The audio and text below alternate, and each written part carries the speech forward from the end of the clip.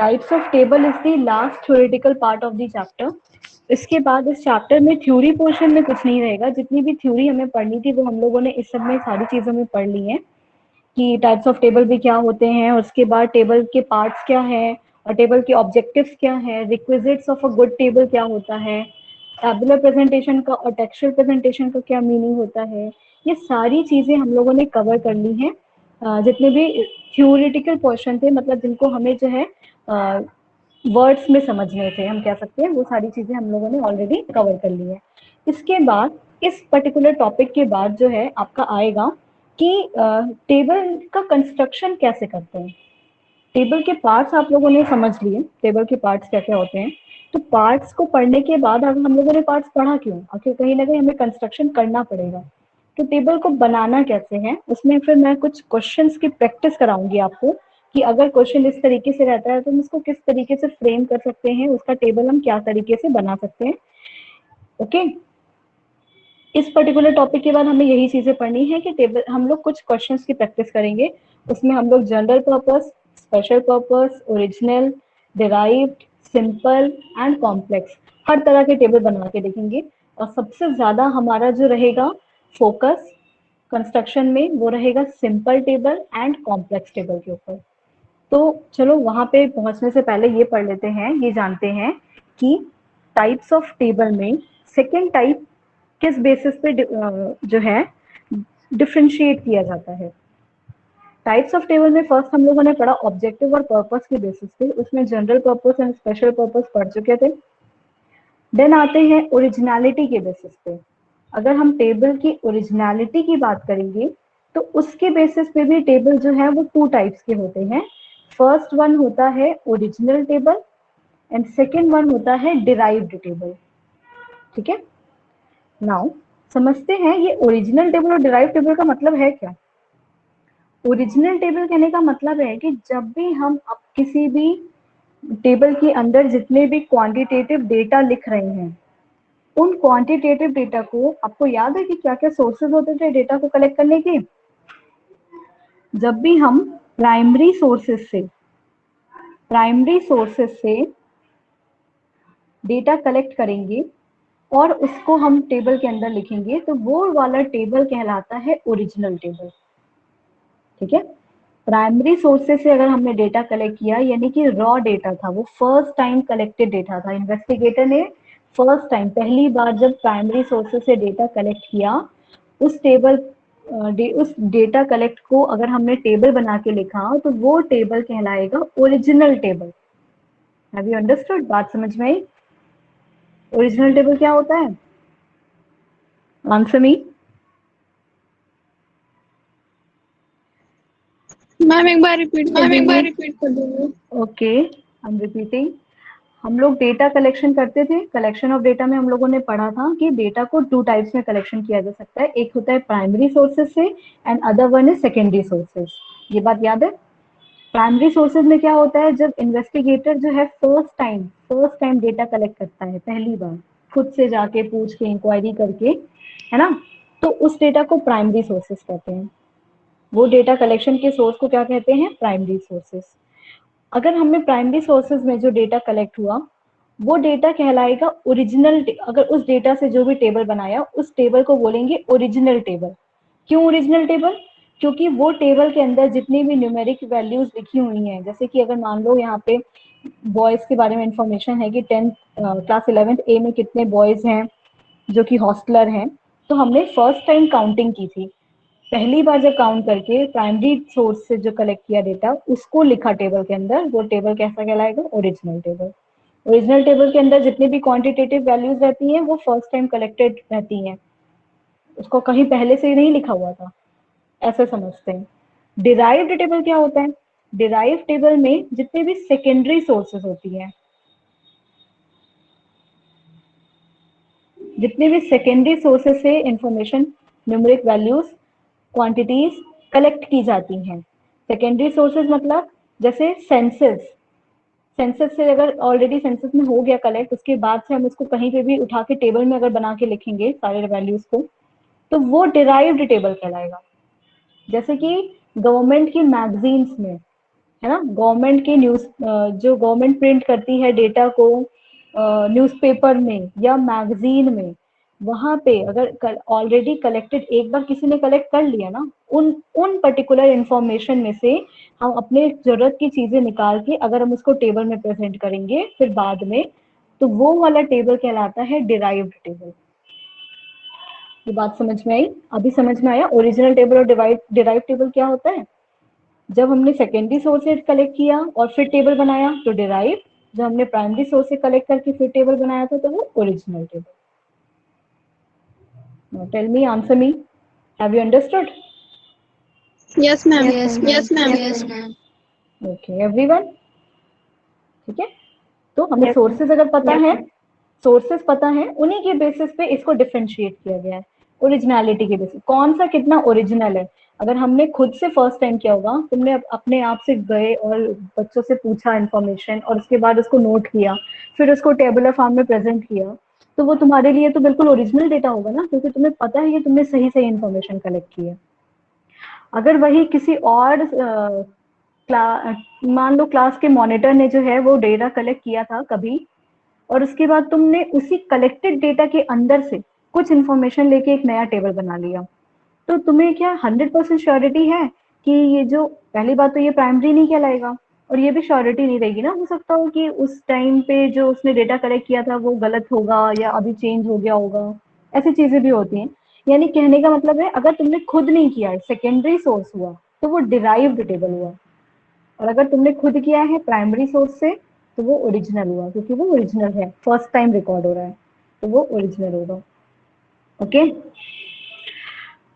Types of table में objective या purpose के बेसिस में दो तरह के टेबल थे, कौन कौन से? जनरल पर्पस एंड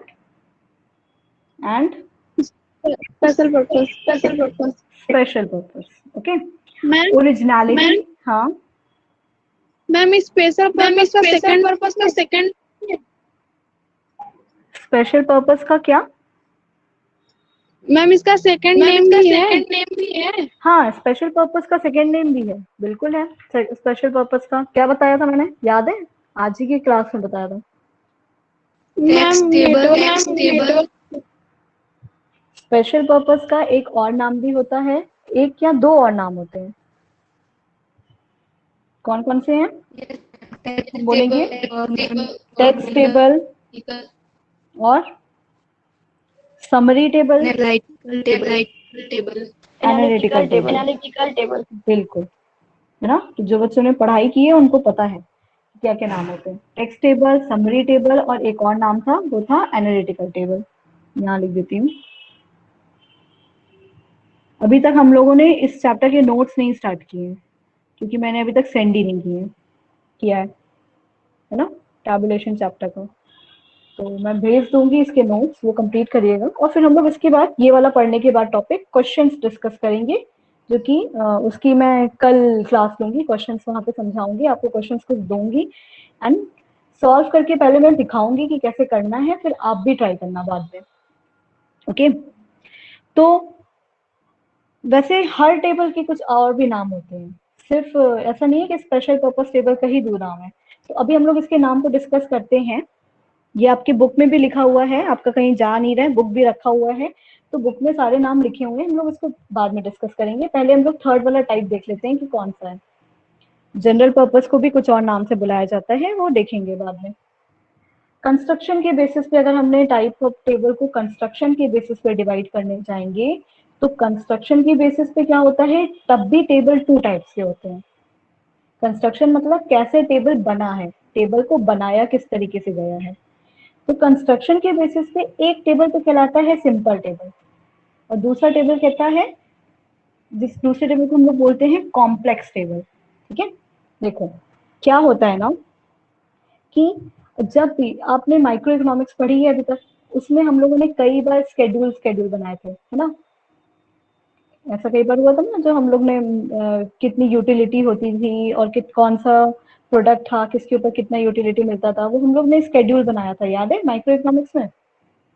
तो उसमें भी हम क्या करते थे, हम लोग एक लाइन ड्रॉ करके दो पार्ट डिवाइड कर देते थे, एक बॉक्स बनाते थे, उसमें दो पार्ट डिवाइड करते थे, एक इन्फॉर्मेशन इधर एक इन्फॉर्मेशन इधर, ऐसे ऐसे ऐसे ऐसे टेबल बना के लिखते थे। तो ये जो बॉक्स बनाते थे, जिसको मैंने कहा था कि माइक्रो इकोनॉमिक्स के अंदर हम उसको स्केड्यूल बोलेंगे, हम उसको टेबल नहीं बोलेंगे, हम क्या बोलेंगे, स्केड्यूल बोलेंगे।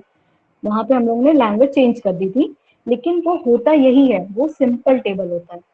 ठीक है, उस तरीके के टेबल को जिसमें सिंपली बस दो कॉलम बना दी जाती है और उसमें लिख दी जाती है जो भी क्वांटिटीज रहती हैं, क्वांटिटी वैल्यू, क्वांटिटेटिव वैल्यूज लिख दी जाती हैं दो कॉलम बना के।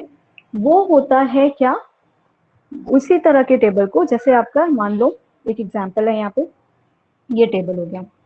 इस टेबल में क्या है, यहाँ एक कॉलम बन गया जिसमें सेक्शन लिखा गया, एक कॉलम बन गया जिसमें नंबर ऑफ स्टूडेंट लिखा गया। किस सेक्शन में कितने नंबर ऑफ स्टूडेंट है, इनके बारे में इंफॉर्मेशन लिख दी गई और एक बॉक्स को बंद कर दिया गया। तो ये बन गया क्या, ये बन गया सिंपल टेबल। ओके, ये कैसा बन गया, एक आपका सिंपल टेबल। फर्स्ट टाइप जो था कंस्ट्रक्शन का, वो सिंपल था। सिंपल में बस क्या है, दो रोज डिवाइड, दो कॉलम डिवाइड करेंगे, दोनों में हेडिंग लिखेंगे, फिर हेडिंग के अंदर न्यूमेरिक इन्फॉर्मेशन लिखेंगे, टोटल लिख देंगे। एंड इसमें भी ऑब्वियसली टेबल नंबर, टेबल का टाइटल, ये सारी चीजें लिखनी होती हैं। बहुत ज्यादा इन्फॉर्मेशन नहीं होती है इस टाइप के टेबल में। सेकेंड टाइप है कॉम्प्लेक्स टेबल। कॉम्प्लेक्स टेबल देखो क्या होता है ना, कॉम्प्लेक्स टेबल में भी कई टाइप्स होते हैं। कॉम्प्लेक्स टेबल का मतलब है कि वो सिंपल नहीं है, सीधी सी बात। कॉम्प्लेक्स टेबल का मतलब ये ऐसा टेबल जो कि सिंपल नहीं है, जो सिंपल नहीं है उसको हटा के सारे तरीके के टेबल कैसे बन गए, कॉम्प्लेक्स टेबल। तो कॉम्प्लेक्स टेबल में भी क्या हो सकता है, टू वे टेबल हो सकता है। टू वे मतलब एक से ज्यादा। ये जो अभी आपको बस ये क्लास और नंबर ऑफ स्टूडेंट दिखा रहा था ना, क्लास के बाद नंबर ऑफ स्टूडेंट के अलावा उनके बारे में कुछ और भी बता दिया। उस नंबर ऑफ स्टूडेंट में बता दिया कि कितने मेल हैं कितने फीमेल हैं। अगर आपको नंबर ऑफ स्टूडेंट में मेल एंड फीमेल के अंदर और बाइफर्केट कर दिया गया, तो ये टेबल जो है वो कॉम्प्लेक्स टेबल में टू वे टेबल या डबल टेबल कहलाता है। कैसा टेबल हो जाता है, डबल टेबल। ठीक है, क्योंकि देखो इसमें भी सेक्शन लिखा हुआ था, इस वाले टेबल में भी सेक्शन लिखा हुआ था, इस वाले टेबल में फिर यहाँ पे क्या लिखा था, नंबर ऑफ स्टूडेंट, और वो लिख दिया था चुपचाप नंबर ऑफ स्टूडेंट टोटल कितने हैं। इस वाले इस टेबल में क्योंकि ये कॉम्प्लेक्स है, टू वे टेबल है, यानी कि नंबर ऑफ स्टूडेंट को भी हमने टू वेज में डिफाइन किया है, या तो बॉयज के बेसिस पे और गर्ल्स के बेसिस पे। तो सेक्शन हो गया, नंबर ऑफ स्टूडेंट हो गया, नंबर ऑफ स्टूडेंट को फर्दर डिवाइड कर दिया गया। तो ये टेबल कहलाता है टू वे टेबल, क्योंकि इसमें हम लोगों ने इसको नंबर ऑफ स्टूडेंट जो कैरेक्टर थी, जो कॉलम था, कॉलम को टू वे में डिवाइड कर दिया, कॉलम को टू वेज में डिवाइड कर दिया। इस टेबल को हम डबल टेबल भी बोलते हैं। एक और टाइप होता है थ्री वे। अगर हम टू वे बना सकते हैं तो हम थ्री वे टेबल भी बना सकते हैं। समझ में आया? थ्री वे टेबल का क्या मतलब है कि अगर आपका एक साइड पे बन गया सेक्शन और दूसरे साइड पे बन गया नंबर ऑफ स्टूडेंट्स, अब नंबर ऑफ स्टूडेंट के और सेक्शन के अंदर कुछ और चीजें भी लिख सकते हैं। कुछ और चीजें का मतलब होता है कि हम बता देंगे कि ये जो बॉयज हैं और जो गर्ल्स हैं, नंबर ऑफ स्टूडेंट में जो बॉयज हैं और जो गर्ल्स हैं, उसमें से कितने जो हैं वो हॉस्टलर हैं, कितने डे स्कॉलर हैं, और गर्ल्स में बताओ कितने हॉस्टलर हैं और कितने डे स्कॉलर हैं। मतलब कौन बच्चे जो हॉस्टल में रहने वाले बॉयज हैं, कौन डे स्कॉलर वाले बॉयज हैं, कौन से गर्ल्स जो है वो हॉस्टल की रहने वाली हैं, कौन से डे स्कॉलर गर्ल्स हैं। तो इस टाइप के टेबल को, क्योंकि यहाँ पे पहले नंबर ऑफ स्टूडेंट बता रहा था, फिर उसमें नंबर ऑफ स्टूडेंट को टू पार्ट में, टू वे अगर बनाना था तो बॉयज एंड गर्ल्स में कर दिया था हमने, और अगर हमें इसे थ्री वे बनाना था तो क्या किया, बॉयज एंड गर्ल्स को भी फर्दर डिवाइड कर दिया, हॉस्टल और डे स्कॉलर, हॉस्टल और डे स्कॉलर में। तो इस पर्टिकुलर टाइप के टेबल को हम बोलते हैं थ्री वे टेबल। क्या बोलते हैं, थ्री वे टेबल, क्योंकि इसमें थ्री कैरेक्टरिस्टिक्स के बारे में बात हो रही है। कौन कौन से थ्री कैरेक्टरिस्टिक्स हो गई, पहले नंबर ऑफ स्टूडेंट, फिर बॉयज एंड गर्ल्स, और उसमें डे स्कॉलर और हॉस्टलर, ये तीन कैरेक्टरिस्टिक के बारे में बात हो रही थी। तो ये थ्री वे टेबल बन गया। ये क्लियर हुआ, ये समझ में आई बात? थ्री वे टेबल क्या होता है? एक और टाइप होता है सिंपल टेबल। तो सिंपल ही रहा, बस दो कॉलम्स थे। कॉम्प्लेक्स के अंदर हमने कॉम्प्लेक्स अगर बना रहे हैं ना उसको, तो 2 वे भी हो गया, 3 वे भी हो गया। अगर कभी कभी बहुत बड़ा टेबल होता है, वो 3 वे से ज्यादा, यानी उसमें मोर देन 3 कैरेक्टरिस्टिक्स होते हैं। किसी टेबल में अगर मोर देन 3 कैरेक्टरिस्टिक्स रहेंगे, तो उस तरह के टेबल को हम बोलते हैं मैनीफोल्ड टेबल। क्या बोलते हैं? मैनीफोल्ड टेबल मीन्स ऐसा कोई टेबल जिसके अंदर मोर देन 3 कैरेक्टरिस्टिक्स हो। क्योंकि 3 रहेगा तो 3 वे है, 2 रहेगा तो 2 वे है, बट मोर देन 3 कैरेक्टरिस्टिक्स है तो उन्हें कहा जाता है मैनीफोल्ड टेबल।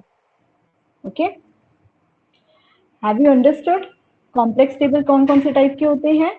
कॉम्प्लेक्स टेबल में अगर वो 2 वे है तो भी वो कॉम्प्लेक्स है, वो 3 वे है वो तो भी वो कॉम्प्लेक्स है। अगर मोर देन 3 कैरेक्टरिस्टिक्स हैं, यानी मैनीफोल्ड टेबल है, तो भी वो कॉम्प्लेक्स के अंदर ही आता है। मैनीफोल्ड टेबल हो सकते हैं मोर देन 3 कैरेक्टरिस्टिक्स, 3 वे टेबल हो सकते हैं 3 कैरेक्टरिस्टिक्स वाले, 2 कैरेक्टरिस्टिक्स वाले को बोलेंगे 2 वे टेबल या डबल टेबल, और जिसमें सिर्फ वन एक ही सिंगल कैरेक्टरिस्टिक्स होगा उसको हम सिंपल टेबल बोलेंगे। Is it clear? ये बातें समझ में आई? Yes, ma'am. ओके, ये था आपका टाइप्स ऑफ टेबल। आपके बुक में एक एक 1 लाइन की डेफिनेशन लिखी हुई है इन सारे टेबल की। उसकी डेफिनेशन देखो, टाइप्स ऑफ टेबल में उसकी डेफिनेशन, जनरल पर्पस टेबल क्या है इसकी डेफिनेशन आपकी बुक में लिखी हुई है। मैं आपको दिखा भी देती हूँ अभी। जैसे ये देखो यहाँ लिखा है, इस तरीके से कॉलम बना हुआ है टाइप्स ऑफ टेबल का, और जनरल पर्पस है। ये जनरल पर्पस की फिर डेफिनेशन यहाँ पे लिखी गई है कि किस चीज के लिए यूज होता है, और ये इनका अदर नेम क्या होता है, रेफरेंस टेबल और रिपोजिटरी टेबल भी बोलते हैं। ठीक है, फिर उसी तरीके से स्पेशल टेबल के बारे में यहाँ डेफिनेशन लिखी हुई है 1 लाइन में, और उसके बाद यहाँ लिखा है ये टेक्स्ट टेबल है, समरी टेबल है और एनालिटिकल टेबल है। तो आपको इस तरीके से टेबल का टाइप का एक ऐसे प्रेजेंटेशन फ्लो चार्ट जैसा बनाना भी है, और उसके बाद उसके बारे में थोड़ी थोड़ी इंफॉर्मेशन, और उसका अदर नेम सबसे जरूरी है, उसका अदर नेम। क्योंकि मीनिंग तो अगर आप समझ लियो, अभी आपको दिमाग में समझ में आ गई मीनिंग, तो फिर वो डेफिनेशन भी इतनी जरूरी नहीं है, लेकिन उसका अदर नेम किस और नाम से बुलाया जाता है, ये चीजें भी पता होनी चाहिए। ठीक है, मीनिंग तो पता होनी ही चाहिए, साथ में अदर नेम पता होना चाहिए, क्योंकि ये 1 मार्क से क्वेश्चन फ्रेम करने के लिए अच्छा टॉपिक है। फिर classification on the basis of nature of data की बेसिस पे क्या, ओरिजिनल टेबल पढ़ा हमने और डिराइव टेबल पढ़ा। ओरिजिनल टेबल को हम प्राइमरी टेबल भी बोलते हैं और क्लासिफिकेशन टेबल भी बोलते हैं। डिराइव टेबल को हम लोग डेरिवेटिव, डिराइव तो बोलते ही हैं, साथ में डेरिवेटिव टेबल भी बोलते हैं। और अगर हम बात करेंगे classification of the basis of extent of coverage, मतलब कि कंस्ट्रक्शन की बेसिस पे, या कितना कवरेज करता है, कितनी जगह लेता है, इतनी सी जगह ले रहा है या इतनी बड़ी जगह ले रहा है, या पूरा पेज ले रहा है टेबल बनाने में, तो उसके बेसिस पे भी कौन कौन से टेबल हैं? Simple table. कवरेज का मतलब ही होता है कि कैसे कंस्ट्रक्शन हुआ है। ठीक है, तो इसमें कौन कौन से टेबल थे? सिंपल टेबल, जिसे हम 1 वे टेबल या फर्स्ट ऑर्डर टेबल भी बोलते हैं।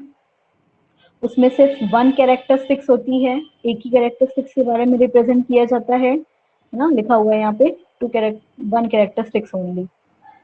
फिर हमने कॉम्प्लेक्स टेबल पढ़ा, उसकी डेफिनेशन भी यहाँ लिखी हुई है कि उसमें 2 एंड मोर कैरेक्टरिस्टिक्स होते हैं कॉम्प्लेक्स टेबल में।